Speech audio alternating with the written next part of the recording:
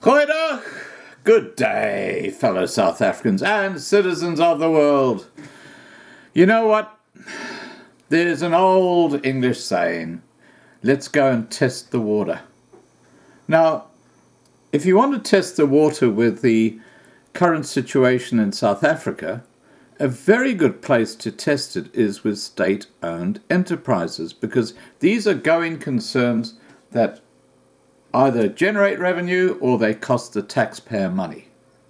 Now, all these state-owned enterprises pre-1994 used to generate income that went into the government's coffers and actually helped reduce the amount of taxation required from those living in South Africa. Of course, since 1994, under BEE, incompetent management and absolute corruption, how things have changed, and quite dramatically. And when I talk about test the water, what I'm actually suggesting is that the state-owned enterprise is rather like the visual face of what's going on behind the scenes in South African government. You know, the politicians can't hide behind their portfolios and things like that. The corruption going on in the parliament, or the members of parliament, from Zuma all the way to Ace Magashule, going right through to the most junior member of some particular bureaucracy, is quite extraordinary. But the difference is with the state-owned enterprises, they have to send out audited figures of how they are actually going, which kind of tells the story. So testing the waters, we're talking about the state-owned enterprises, but it reflects on how the whole of government in South Africa is failing. And you don't have to be a rocket scientist to see this. I mean, look at Eskom, look at the municipalities, look at the sewerage, look at the water. I mean, everything you can point a stick at is falling in a pile of shit. And there's a lot of that hanging around in South Africa right now. Now, let's have a look at the state-owned enterprises. Okay, let's start off with Eskom. Eskom is currently without a CEO after Fakamane Hadebe resigned because the job was affecting his health.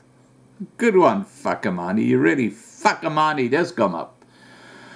The power utility has a debt burden of over 420 billion rand. Earlier this year, Finance Minister Tito Mboweni announced in the national budget that Eskom would be granted a 69 billion rand lifeline over the next 3 years to accompany its unbundling.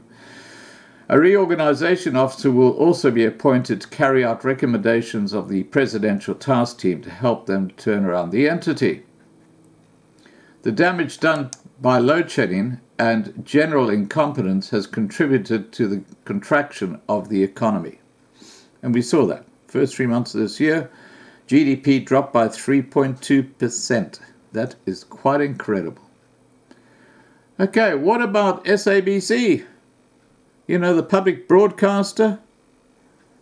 And, you know, I'll tell you something about the public broadcaster. If I attach one of their videos, news videos, even just a tiny little piece of a clip into one of my videos, because I want to actually give weight behind what I'm saying, they immediately monetize it. I tell you, they're very quick at monetizing videos when you use some of their footage. What monetizing means is that you put your video up with that tiny little clip, which kind of confirms what you're saying, and bang, they get the ads. They get the revenue. That's why I don't ever use SABC, you know, when I'm actually supporting a story. Just so everybody knows that. Bunch of monkeys. Well, the fact that I'm demonetized at the moment, really. Sad irony, isn't it? Anyway, getting back to the SABC. SABC axed their CEO, Chris Matalang, who was found guilty of 3 charges, which included gross negligence. Now, where have we heard that word before? At a briefing to Parliament's Portfolio Committee on Communications, new CEO Madodo Maxweke, said that the public broadcaster is facing liquidity challenges affecting its status as a going concern. Kind of sounding like the rest of the ship, isn't it? The broadcaster, which is still reliant on funding from government, said if nothing is done to help the SABC, it could be financially insolvent by the end of March. At the same briefing, Communication Minister Stella Ndabeni-Abrahams told Parliament that the department is engaging with National Treasury to secure funding for the state of the broadcaster. They've seen 6.8 billion rand required to see them through. They also want to hire people who will make sure that the money is used effectively. It only took them 25 years to work this out, guys. And of course, we've just learned recently that they need more money. Extraordinary. How about South African Airways?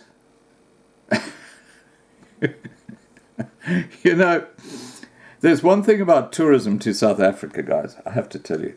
For those of you who don't live in South Africa, if you want to go on one of these adventures that it's rather like taking your life in your own hands. Here are the few things you have to do. Fly South African Airways. Okay, that's a huge leap of faith. Decide to go and visit places like a couple of the townships around Johannesburg. Carrying your camera around with you and see how long that lasts. Take a long road trip and see if you can not be carjacked or hijacked. These are just a few of the things that you can do for fun if you're into taking risks. Tourism in South Africa. Okay, South African Airways. CEO Vianney Gerana recently jumped ship, citing uncertainty about funding and bureaucratic processes, delaying decision-making needed to turn around the airline. Yeah, she's just kind of resigned. You see how they're all jumping ship after the election? How they're all resigning? Isn't that interesting?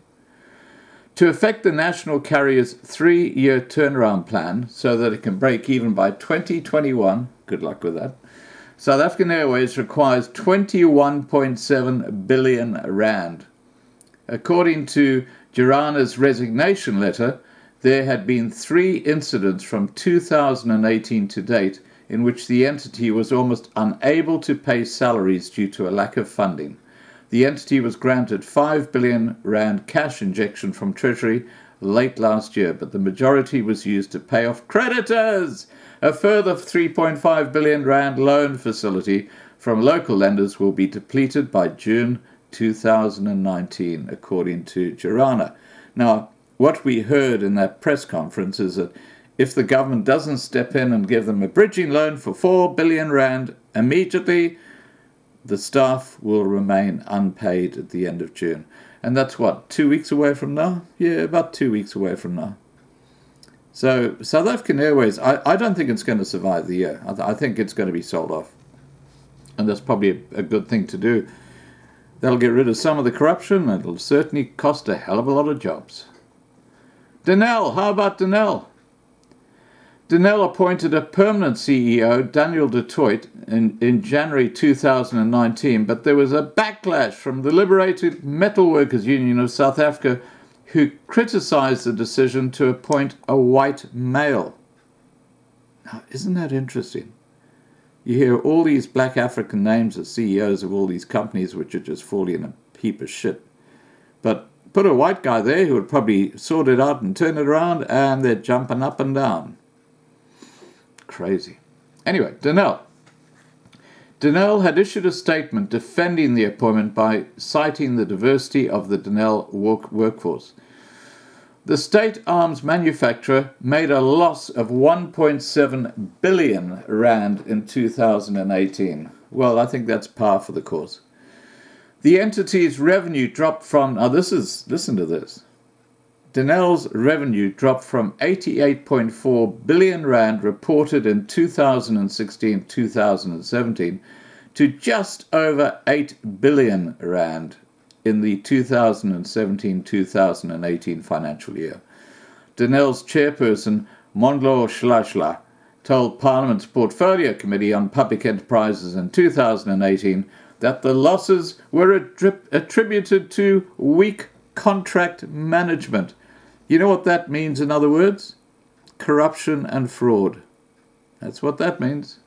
And we know that with Donnell, the Guptas and the Zumas and all these guys were deep in the trough with their snouts. And yet no one of them has been charged, have they? A wonderful system of justice you got in South Africa. There seems to be a lot of weak contract management going around, doesn't there? How about Prasa? Prasa also doesn't have a CEO or a CFO at the moment. Nzimande told Parliament's Portfolio Committee on Transport in June 2018 that Prasa had been in bad shape for a long time and said it had been used like an ATM instead of serving its purpose in providing public transport. Hear that? ATM. Take the cash. No one cares, just take the cash.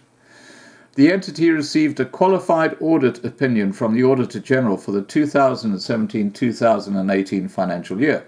The AG flagged that there are not adequate systems in place to ensure disclosure of all irregular and wasteful expenditure by the entity.